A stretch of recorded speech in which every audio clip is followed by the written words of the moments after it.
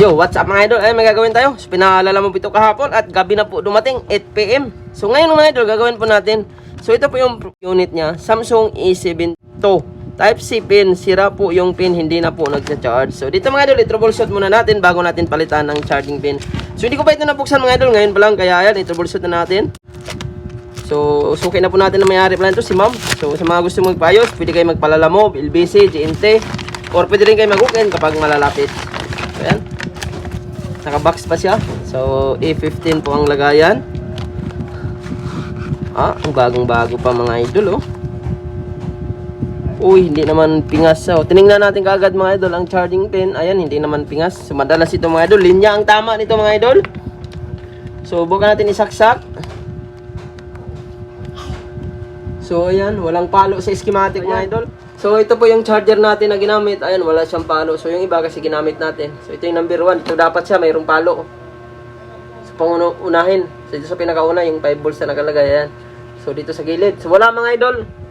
So, ngayon, subukan ko siya diinan. Madalas kasi nito mga idol, kapag dinidan na dito banda, ay magcha-charge siya. Parang nabuksan na ito mga idol, Ayan, subukan natin idiinan.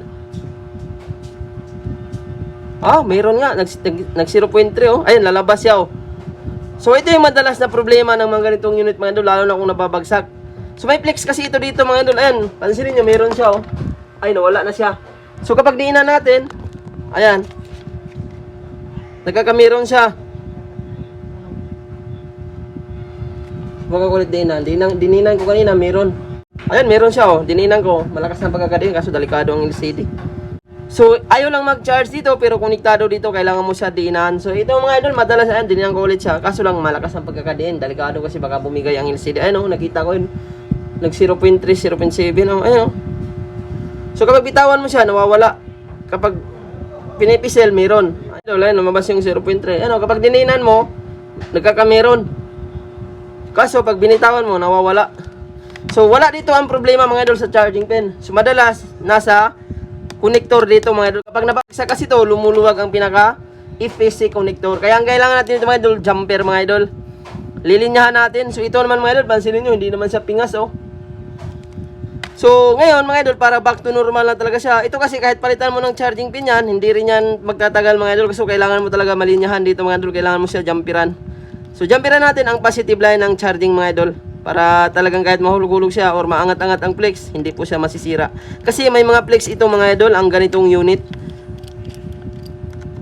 Kahit palitan ng charging board, gagana siya, pero pag tumagal, mga ilang lang mga idol, baka linggo lang or araw, babalik na naman sa problema niya. Kaya kailangan dito, jumper talaga ang pinaka-main solution nito. Kasi once sa diinan mo siya, ay gumagana. Kapag hindi mo diinan, ay hindi kagana. So ibig sabihin, wala sa charging pin ang tama nito mga idol. Kaya huwag kayo basta-basta magpalit ng mga charging pin ng mga idol kapag ganito. Una, troubleshoot nyo muna mga idol. Kasi masasayang lang yung bili nyo. At ang malupit, babalik din yan. So, kailangan linya mga idol. Ang board kasi nito mga idol, yung pinaka-FEC niya sa pinakagilid niya ay umaangat. Kaya madalas, hindi na siya magcha-charge. So, ayan, medyo napaksa na kasi dati. Ito mga idol, nakailang backlash na siguro to. Baka napagawa na to. Ayan. Natanggal pala siya mga idol, oh. So, madalas ito kapag nababagsak, lumuluwag to. Ayan, pansinin nyo, medyo umangat nga siya, oh. Kaya pag dininan natin kanina, nagkakameron siya. Kasi ito mga idol, may connector ito mga idol, ayan, oh. Yan, yung gilid kasi nito mga idol, ayan, yung pinaka-paan niya ng charging ito mga idol, yung positive line ng charging, ayan, oh. So, once na lumuwag dito mga idol, yung pinaka-connector ng flex, hindi siya magcha-charge dahil umangat siya, hindi na po lumalapat ang pinaka-flex. So kagaya kanina, medyo umangat na siya, possible nito na nabagsak itong mga idol.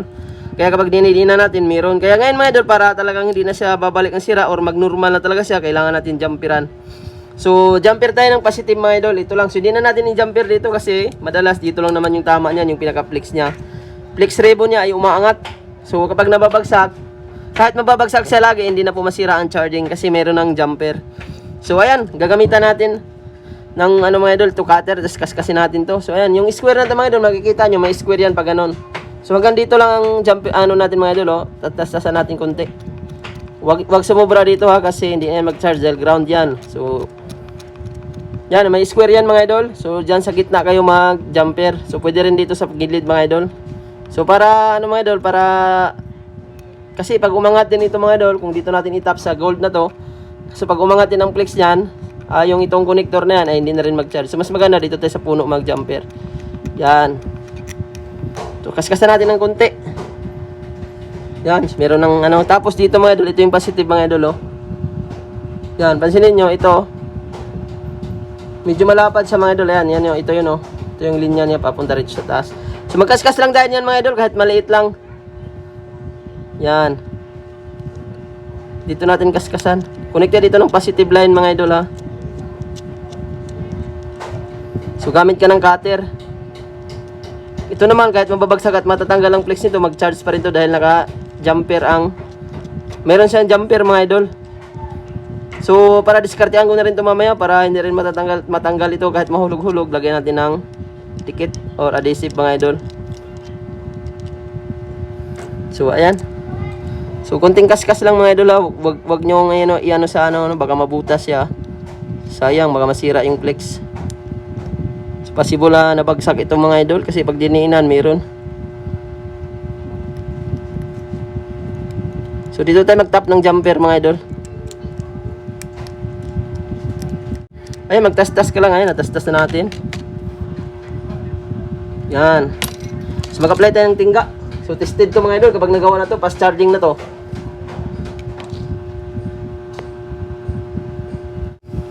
So, mag-apply tayo ng kunting flux. Napapansin ko sa mga Samsung na ganito mga idol, yung mga charging flex niya, naka-flex siya. Ay, yung charging niya, naka-flex papunta sa taas. So, madalas, yun yung nasisira. Lumuluwag siya or umaangat, lalo na kung nababagsak. Hindi pa masyado mainit. So, maglagay na ng tingga mga idol dahil dito natin itap ang jumper wire.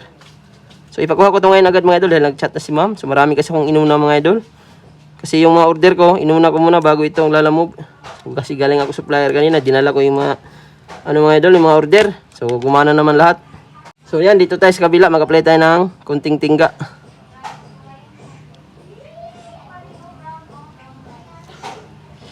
Ayan, so tingga lang yan mga idol. Pag lumapat na yun sa tingga, matik na yan. Didikit yung jumper wire mamaya. Yan, so meron na. Meron ng tingga mga idol, oh. Parehas. Yan. Apply tayo ng jumper wire. So kailangan mga idol, naka-jumper talaga ang mga ganito. Para tested siya. So dublehin natin tong jumper wire mga idol. Para hindi talaga siya mapuputol. So marami na nagpagawa sa akin ng ganito mga idol. Sabi, sira daw ang charging pin. So wala po sa charging pin ang tama talaga. So yun po yung una yung i-troubleshoot. Huwag kayo basta-basta magpalit ng charging pin. Kasi wala naman doon ang tama mga idol. Kasi kung palitan mo ng charging pin yan, at mga ilang ano yan, may babalik na naman siya. Dahil lumuluwag kasi ang itong connection na to mga idol. So next step mga idol, ayan. So ano natin, ihinang natin.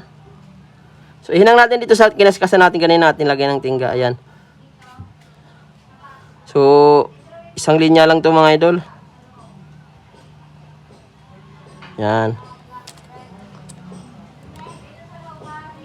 Tapos dito natin ilapat sa isang kinaskasan din natin kanina na may tingga na.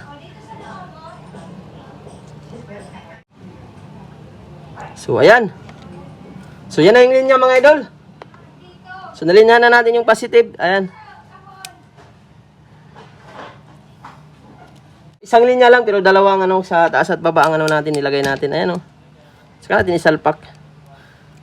Para pag na angat-angat man ito mga idol, hindi siya basta-basta tatanggal ang charging kasi nakarikta na sa board.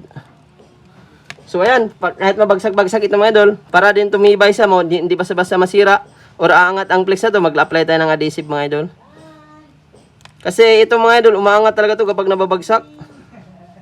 Kaya pag umangat ito, wala na, hindi na siya mag-charge. So, kailangan mo siyang diinan.